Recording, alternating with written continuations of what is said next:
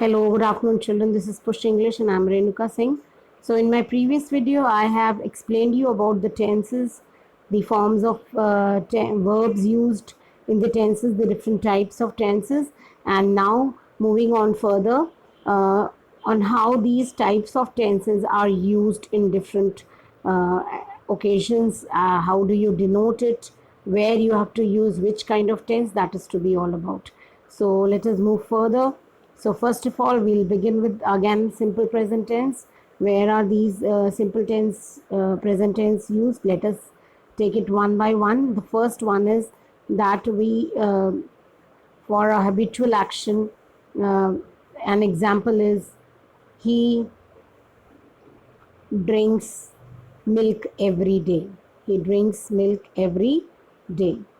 So you can see the subject plus verb's first form is used here, and this is object. So simple present tense is used to denote the habitual action, and which is your habit in present context. Similarly, it is also used to express universal truth. uh, the sun rises in the east, so you can say the sun here is subject and rises here is verb first form. So this is also universal truth. So to express universal truth, one needs to use simple present tense. Then comes those sentences which are which starts with here or there, with both the sentence, with both the words. If the sentence is beginning with these two words, automatically the present tense, simple present tense is used. You can see two examples are given. Here comes the bus. So you can see the sentence is beginning with here, then the subject comes, and then the verb first form, and then the subject. So only one thing is to be made it very clear, that if here or there is there, you need to use it first, then verb first form, and then subject. Like in the next example, there he goes. So again, there the sentence is beginning with there, and then it is subject plus uh, verb first form. So it can be used both the ways. Then comes future incident. So though the uh, thing is going to happen, the event is going to happen in the uh, in the future, but its fixed timetable is given. So there we will use simple present tense. Like the train starts at 9:30 p.m. So the train has not started yet. It is going to start in the night, but the timetable is fixed. So the train is subject here, and starts as V1 here. Similarly, when the first conditionals are used, wherein the you can see the word if is used here, if he studies well. So here you need to use simple present tense. You can see subject is used, and then word first form, and then in the second part of the sentence you're going to use future, again subject plus um, will plus V1. Okay, so you can see the if the conditional sentences are used first, in the first part of the sentence simple present tense is used. Okay, keep that in mind. Then there are several words which are usually followed by if, when, while, as soon as, until, unless, till, etc. So there we are supposed to use simple present tense. How you, let us see. Let's wait till he finishes his work. So you can see the sentence after till is in simple present tense. Here this is subject, here this is V1. Similarly, please ring me up as soon as he comes. So you can see as soon as is conjunction, and then as soon as he comes. So he is subject here and comes as V1 here. So these are some of the uses of simple present tense. Now coming on to use present continuous tense. So first of all, something which is happening, the action which is happening currently, अभी जो present context में जो action हो रहा है, उसके लिए हम फुल प्रेजेंट कॉन्टिन्यूस टेंस का यूज़ करेंगे। आप, मैं ऑलरेडी आपको बता चुकी थी कि आई के साथ हम एम लगाते हैं, ही और शी के साथ हम इज़ लगाते हैं, और प्लूरल सब्जेक्ट्स के साथ दे के साथ हम आर लगाते हैं। बस वही चीज़ें ध्यान रखनी है आपने। यहाँ पर भी हमने यहाँ एग्जाम्पल के तौर पे ही लिया है, तो इज़ आएगा ड्रिंकिंग वर्ब का फोर्थ फॉर्म, या जिसको हम VING फॉर्म भी कहते हैं। आप देख सकते हैं। तो करंट में जो एक्शंस हो रहे हैं उनके लिए आप प्रेजेंट कॉन्टिन्यूस का इस्तेमाल करेंगे। फिर कुछ ऐसे actions which is going to happen shortly, अभी हुए नहीं हैं लेकिन होने वाले हैं, जैसे I am going to a movie tonight, आज रात को मैं मूवी जाने वाली हूँ। तो I, you can see am लग गया है, वर्ब का फोर्थ फॉर्म लग गया, सिंपल। कुछ स्पेशल केसेस में जैसे I am thinking of going to Nellore, she is tasting the soup. तो ये सारी चीज़ें आपने, और भी एग्जाम्पल्स हैं जो it is going to make it very clear. Then come present perfect, जहाँ पर हमें ध्यान ये रखना है प्रेजेंट परफेक्ट में कि हम एक ऐसे रिसेंटली कंप्लीटेड एक्शन, यानी आपको अगर याद हो तो प्रेजेंट परफेक्ट में हम हैज़ या हैव लगा के सब्जेक्ट के साथ वर्ब का थर्ड फॉर्म लगाते हैं। तो वहाँ पर आप देख लीजिए रिसेंटली कंप्लीटेड एक्शन में आप लिख सकते हो ही हैज़ जस्ट गॉन। तो you can C gone is verb third form and we have put has because this h is singular subject. Similarly कुछ ऐसे past incidents हैं जिसमें time specification नहीं दिया रहता है, the specific time is not given, जैसे कि हरी has been to Japan, तो हरी जापान गया था, कब गया था ये क्लियर नहीं है।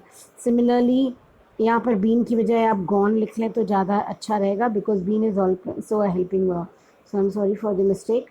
सो V3 हो जाएगा। I have never known him. So again यहाँ पर आपका सब्जेक्ट हो गया, हैव हो गया, और वर्ब का थर्ड फॉर्म लग गया। आप एग्जाम्पल देख सकते हो।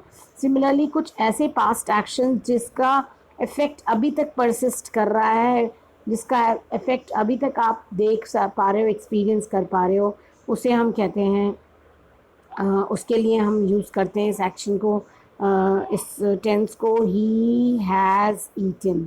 सो you can again see subject plus has plus verb third form, और उसका इफ़ेक्ट क्या है, देयर एरंट लेफ्ट एनी, अब कोई चॉकलेट्स नहीं बचे, ये उसका इफेक्ट है। देन पास्ट एक्शंस जो अब तक कंटिन्यू हो रहे हैं, जैसे they have lived here for 10 years, यानी पिछले 10 साल से रह रहे हैं और अभी भी रह रहे हैं। तो कोई ऐसा एक्शन जो शुरू तो हुआ था पास्ट में लेकिन वो अभी तक कंटिन्यू कर रहा है प्रेजेंट तक, उसको भी हम इसी टेंस में यूज़ करेंगे। Then comes present perfect continuous tense, इसके लिए सिर्फ एक ही है, कोई ऐसा एक्शन जो पास्ट में शुरू हुआ और अब तक भी चल रहा है, और आई एम सॉरी यहाँ पर स्पेलिंग परफेक्ट की गलत है, it is PERFECT, okay, perfect tense. तो you can see he has been eating since morning, इसमें बस एक पहचान होती है बच्चों, तो प्रेजेंट परफेक्ट कॉन्टिन्यूस में सिंस या फॉर में से कोई एक प्रिपोजिशन लगता है। इसको मैं और क्लैरिफाई कर दूं आपको, सिंस जो है वो हम पर्टिकुलर पॉइंट ऑफ टाइम के लिए यूज़ करते हैं, वेर एज फॉर जो है वो हम पीरियड ऑफ टाइम के लिए यूज़ करते हैं, ये ध्यान रख लेना, ठीक है।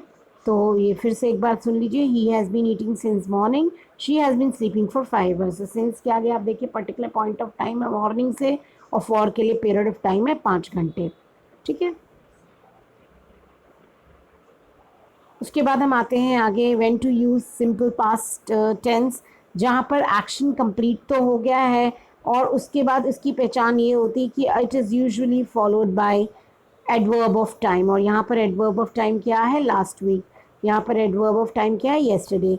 अब देखिए ज़रा क्या हम स्ट्रक्चर को पूरा कर पा रहे हैं, सब्जेक्ट प्लस V2, ये सब्जेक्ट हो गया, ये हमारा V2 हो गया, ये सब्जेक्ट हो गया, ये हमारा V2 हो गया। तो he received a letter from him last week, he joined in the school yesterday. तो आप देख सकते हैं एडवर्ब ऑफ टाइम जब भी होगा तो ये और क्लैरिफाई कर देगा कि आपको सिंपल पास्ट में लिखना है। समटाइम्स क्या होता है, ये कभी कभी एडवर्ब के बिना होता है, तभी भी वहाँ पर इम्पोर्टेंस होती है टाइम की, बट कुछ सेंटेंसेस ऐसे होते हैं। उसके बाद से हमारे ओल्ड हैबिट्स जितने भी हैं उसको एक्सप्रेस करने के लिए हम सिंपल पास्ट का यूज़ करते हैं, जैसे she always carried an umbrella, तो you can see she carried, he studied many hours a day, ये पुरानी हैबिट है। अब आते हैं पास्ट कॉन्टिन्यूस टेंस पे। स्ट्रक्चर अगर आपको याद हो, सब्जेक्ट प्लस वर्ब का फोर्थ फॉर्म डायरेक्टली नहीं लग सकता, इसलिए हम क्या करते हैं, सब्जेक्ट के साथ हम लगाते हैं, आई एम सॉरी, सब्जेक्ट के साथ हम लगाते हैं हेल्पिंग वर्ब या वॉज या वर, और उसके बाद हम लगा सकते हैं V4, ठीक है। तो आप देखते हैं स्टेटमेंट्स में, एग्जाम्पल में कोई ऐसा एक्शन जो कंटिन्यूइंग एक्शन है पास्ट में, उसके लिए हम इसका इस्तेमाल करेंगे, जैसे we were listening to radio, हम सुना करते थे, और चूंकि यहाँ पर सब्जेक्ट हमारा प्लूरल है तो हमने क्या लगा दिया, वर लगा दिया, WERE लगाया, और वर्ब का फोर्थ फॉर्म लिसन का हमने फोर्थ फॉर्म लगा दिया है। सिमिलरली कोई ऐसा कंटिन्यूड एक्शन है पास्ट में और दूसरा एक्शन भी टेक प्लेस कर रहा है, तो हम नए एक्शन के लिए सिंपल पास्ट का इस्तेमाल करते हैं, जैसे कि the light went out while I was reading. तो यहाँ पास्ट एक्शन कौन सा है, ये वाइल आई वॉज रीडिंग, और नया एक्शन क्या है, द लाइट वेंट आउट। तो आप देख सकते हैं हमने सिंपल पास्ट, यहाँ पर हमने सिंपल पास्ट यूज़ किया और यहाँ पर हमने पास्ट कॉन्टिन्यूस यूज़ किया। तो ये आप ध्यान रख सकते हो। फिर कोई ऐसे लॉन्ग रन हैबिट्स जो अब नहीं है हमारे में, हुआ करते थे, he was always smoking, was अब नहीं है, अब वो स्मोकिंग नहीं करता, पहले किया करता था। उसके बाद से पास्ट परफेक्ट आइए देखते हैं। पास्ट परफेक्ट में आपको ध्यान ये रखना है कि हमारे जो एक्शंस हैं वो एक second, past perfect, wait, past perfect में हमें जो एक्शंस हैं हमारे, उसमें आप ये ध्यान रखेंगे कि जब भी दो एक्शंस हो रहे होंगे पास्ट में, एक the one which comes first, जो पहले आता है वो पास्ट परफेक्ट में रहेगा, जो बाद में आता है वो सिंपल पास्ट में रहेगा। प्लीज़ इसको ध्यान रखिए, क्योंकि दो पास्ट टेंस, दो यहाँ पर टेंसेज एक साथ यूज़ हो रहे हैं, इसलिए कन्फ्यूजन के चांसेस रहते हैं। तो बिल्कुल ध्यान रखिए, जब दो एक्शंस की बात हम कर रहे हैं यहाँ पर, there are two actions here, तो जो फर्स्ट वाला होगा वो पास्ट परफेक्ट में हो गया यानी PP, और जो सेकेंड वाला होगा वो SP में हो गया यानी सिंपल पास्ट। आप देखिए, पास्ट प्रेजेंट, पास्ट परफेक्ट यानी कि हैड प्लस वर्ब का थर्ड फॉर्म। सिमिलरली ये वाला ही अराइव्ड, तो ये सिंपल सब्जेक्ट प्लस वर्ब का सेकेंड फॉर्म आप देख सकते हैं। When I reach the station the train had already started, तो यहाँ पर ये हो गया हमारा subject plus had plus V3, और ये हो गया हमारा सब्जेक्ट प्लस V2। आप देखिए ये, ठीक है। तो आई होप आपको ये क्लियर हो गया होगा। उसके पास्ट परफेक्ट कॉन्टिन्यूस में बट नेचुरल है कि आपको पता है जब दो एक्शंस एक साथ हो रहे हों उसके लिए भी यूज़ करते हैं, और कोई ऐसा एक्शन जो पास्ट में शुरू तो हुआ और इस मोमेंट पे कंटिन्यू भी किया, और लेकिन हम पास्ट की बात कर रहे हैं, हो चुका है, वो कुछ घंटों तक चला था। At that time he had been writing novel for 5 years, यानी वो घटना ख़त्म हो चुकी है, नॉवल लिखा जा रहा था और वो 5 साल तक लिखा गया था, तो कंटिन्यू किया। उसी तरीके से when Hari came to my house yesterday, my father had been watching TV since morning। तो हरी जब मेरे घर आया, कल आया था, तो मेरे पिताजी सुबह से टीवी देख रहे थे। दोनों ही घटनाएं ख़त्म हो चुकी हैं, ठीक है। सिंपल फ्यूचर में जब हम कॉन्सिक्वेंसेस की बात करते हैं, आई एम सॉरी यहाँ टेकिंग लिख दिया है मैंने, इट शुड बी टॉकिंग, ये होना चाहिए TALKING। So when we are talking about consequences जो हमारे हाथ में नहीं है, तो उसके लिए हम सिंपल फ्यूचर का यूज़ करेंगे।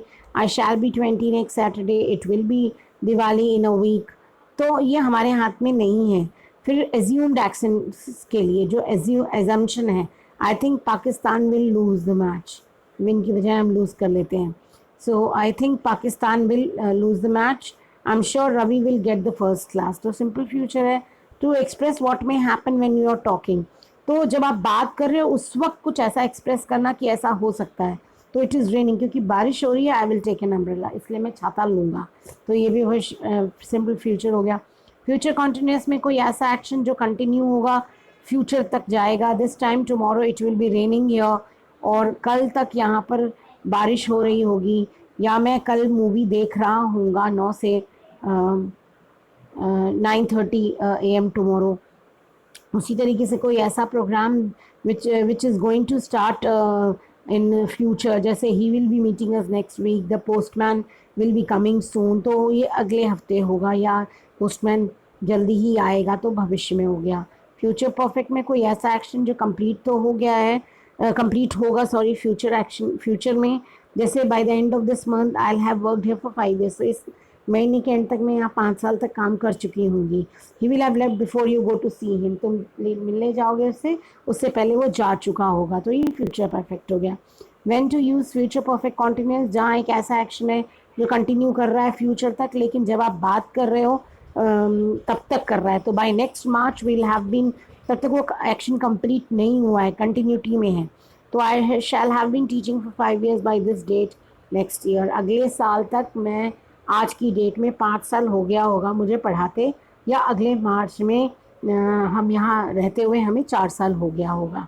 तो ये तो था हमारा बच्चों tense. So thank you so much for your patient listening. I hope things are very clear to you. Now wait for my next video. Do like, share, and subscribe to my channel. Bye bye. God bless you all. Stay fit and healthy. You